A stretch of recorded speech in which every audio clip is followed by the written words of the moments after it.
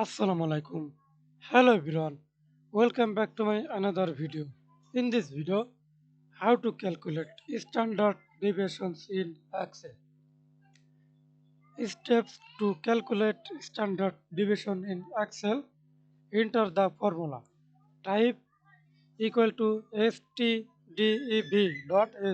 or type equal to stdev.p depending on whether your data is a sample or a population. Select your data range, click on the first cells of your data, then drag to the last cell or type the range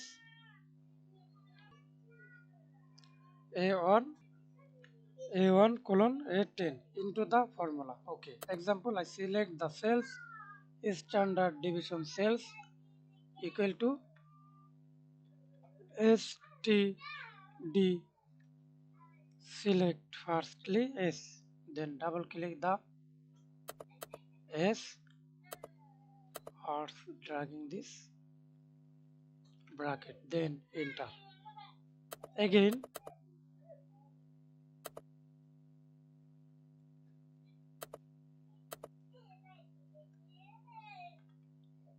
select P, double click here, then OK.